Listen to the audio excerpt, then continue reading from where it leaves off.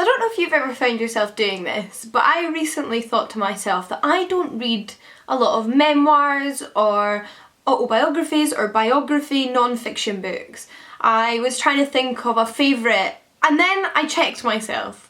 I have actually read quite a lot of memoirs and biographies, and I've just not always really taken into consideration that that's what they are, because that's not why I've specifically sought them out. They've perhaps just been from the perspective of somebody I find interesting, or about a historical period I find interesting, or they've dealt with issues that I find interesting, as opposed to necessarily thinking I want to read a memoir. And they're actually some of my favourite non-fiction books, as it turns out.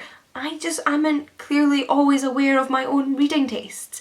So after having that revelation, I thought perhaps I would do a video recommending to you some of my favourite memoirs, biographies and autobiographies, so that you too can check them out. So without further ado, let's get into the books. I'll start with the two autobiographies I have to hand in physical copy. And the first one is Assata, an autobiography by Assata Shakur.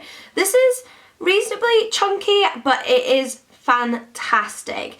Assata Shakur was a black civil rights activist during the civil rights movement in the US. She is still alive, although she no longer lives in the United States of America, and that is because she actually escaped from prison after being wrongly accused of a crime she did not commit, being let down by the legal and justice system, and being listed as a terrorist for her involvement in the civil rights movement. When she fled from the US, Assata Shakur went to live in Cuba and subsequently wrote this autobiography, which follows her life growing up in America as a young black woman, as a young black girl, and also her experience of the American legal system and her experience in different prisons. So for example, she was one of the only female prisoners held in a male prison for a while. She was treated atrociously at various stages of her incarceration. She was quite blatantly framed for a crime that she didn't commit. It is horrendous, and that experience flits backwards and forwards between that time in her life and growing up, and just sort of the experiences that made her who she was, how she became a part of the civil rights movement, how she became an activist, and sort of just growing up. And it is such an incredibly moving and important story. Assata Shakur is not somebody I hear people talk about as much in comparison to some kind of political, historical activists, but I think it's somebody that we should be talking about, and somebody that is very relevant to read, because a lot of these problems are still problems that exist today, even if this was a few decades ago. Plus, this edition has a foreword by Angela Davis, who is amazing. So check this one out for definite. And the other one that I have, I think is slightly more hyped up, and I know a lot more people have read, and that's I Know Why the Caged Bird Sings by Maya Angelou. This is actually the first in a series of autobiographies. So Maya Angelou wrote various autobiographies recounting different stages in her life. So this is the first book, and it is her early years. So we follow Maya Angelou's childhood into her teenage years, with 6 subsequent volumes after this following later stages in her life. So again, we're following the story of Maya Angelou growing up as a black girl and a young black woman in America. This is set a little bit earlier. So she is growing up in the 1930s in the American South, a few decades before Assata Shakur, and it's her experiences of racism, sexism, classism, and if you're not familiar with Maya Angelou, she went on to become a very well-known revered poet, and her work is gorgeous. She's also a fantastic writer when it comes to her non-fiction autobiographies. And for this book, dealing with a lot of harrowing subjects, for example, Maya Angelou did suffer sexual abuse as a child, so you do hear about that and the way that that was handled. It is difficult to read about, yet there is a hopefulness to this story, and I have yet to read the rest of these autobiographies, but I really do want to follow on and see kind of what happened after this to Maya Angelou in her life when she's sort of in her 20s and so on and so forth. But despite this being about kind of the hardships of her life, there is, like I said, a hope to it. Maya Angelou has a hopeful narrative voice, and I think that this could be quite an empowering read for a lot of people. But moving on to books, I don't have physical copies with me here. The most recent autobiography I read was In the Country We Love by Diane Guerrero. So Diane Guerrero is a young Latina woman whose parents were originally from Colombia, but she was born and raised in the United States. Now, Diane Guerrero is actually a actress who a lot of you might be familiar with for her roles in Orange is the New Black and Jane the Virgin, both of which she is phenomenal in, but for a long time most of the people in her life did not realise that she was actually the daughter of undocumented Colombian immigrants who moved to the United States before she was born. She, like I said, was born in the United States, and they were actually deported when she was only 14 years old, and she was basically left to fend for herself. And it's just about the way that being the daughter of undocumented people in the United States affected her childhood growing up, how it affected her parents, about the immigration system in the United States, about the sort of institutionalised racism there.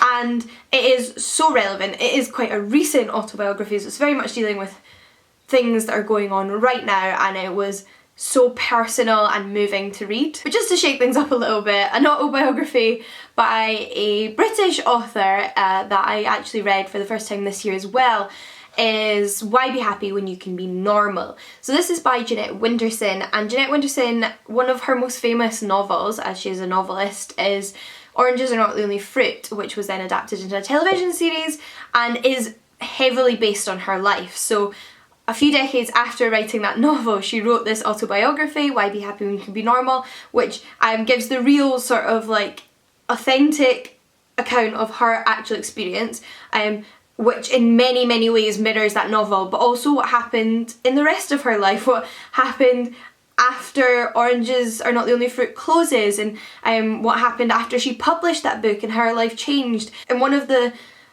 most striking parts of her story is that she was an adopted child, and her adopted family were extremely religious. As she grew up, however, she realised that she was gay and attracted to other women, and her family did not respond kindly to this. It was not seen as acceptable by her mother in particular and in her church.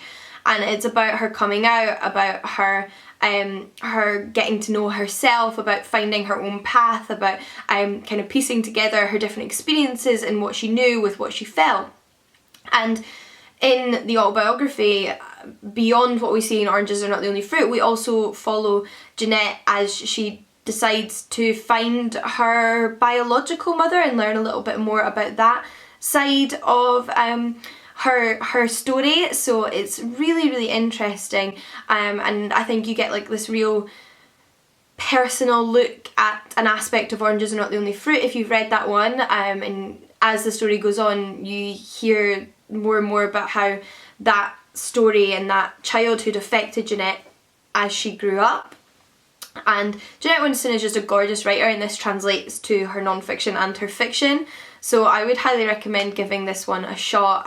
It's such an emotional book. I think that's something that can be said of most memoirs. They're either really funny or really emotional, and most of the memoirs or autobiographies I've read have been quite emotional, but I think that's a good thing, because people's lives have these ups and downs, and it makes sense that if they are told well, then we're going to be able to empathise with them. So this is another great one. Another autobiography by a British author is Juno Dawson's Gender Games. So this book both explores Juno Dawson's own story as well as kind of the concept of gender. So Juno Dawson is a trans woman, and she went through her transition very publicly because she was already an author when she was still known by most of the public as a man. So that coming out process for her was quite public, and it's about her experience of coming to terms with her sexuality and then her gender as she grows up and kind of learns more about herself. But then also when she's come to terms with it, how other people kind of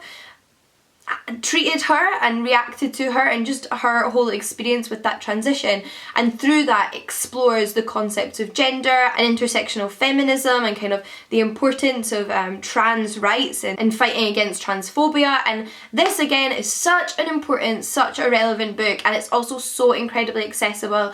I think not only is it a really interesting read in terms of somebody's life, but I also think it's a really accessible book that gives you an insight into gender theory if it's not something you've ever thought much about or read much about in the past. So I would highly recommend this one. But next up, slightly differently, I think, is The Art of Asking by Amanda Palmer. So I would say this one is like less of a harrowing emotional journey than some of the other ones. Not to say Amanda Palmer's life has been perfect, but again, this one is partially framed as the story of Amanda Palmer and her experiences, but also kind of like her experience of like the creative artistic world and finding her voice, and in that way providing you, the reader, with advice and support as a creative person, however that may be. And she explores that through her own path, which was through music and performance, and it's about her learning about her own self as an artist and kind of developing her style and also asking for help. So that's what the title is about.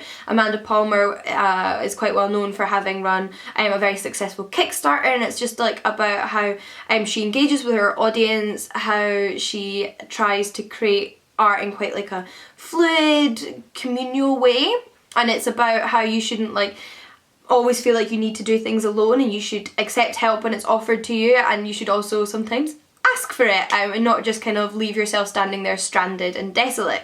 And it's a very like uplifting read. I think whoever you are, you would find this quite uplifting, especially if you're feeling a little bit lost or a little bit unsure or about to start a new endeavour, then this is such a great book to check out. And lastly, for my complete outlier, is a graphic novel autobiography, and that is Persepolis by Marjane Satrapi. So this book is both written and illustrated by Marjane Satrapi, and it is the story of her life. Marjane Satrapi grew up in Tehran, and it's about her childhood and her family. Her father was a journalist, and what happened when the Islamic Revolution hit Tehran, and then she leaves to study in Vienna and goes to high school in Vienna, so like that's a major change in her life, and she travels to these different places and grows up in different parts of the world, and then eventually returns to Tehran when she is older, and it's about her experience of her various different homes, how these places change, about her growing up and all of the ordinary experiences of a young person growing up, even just like the silliest things, but at the same time how the political upheaval that happened in her early years affected her and her family. And like I said, this is a unique telling of a story in the fact that it also is in graphic novel form, but it lacks no detail for being in that form, and it is such an interesting story to read about. But those are my favourite memoirs or autobiographies that I thought you might be interested in checking out. Please do let me know if you've read any of them, have any thoughts on them, or just interested in reading any of them now. And please, of course, leave me your recommendations of any memoirs, autobiographies in the description box that you think I would like, or are just your favourites. I can't wait to hear from you. But until next time, happy reading, and I'll see you all again soon. Bye guys!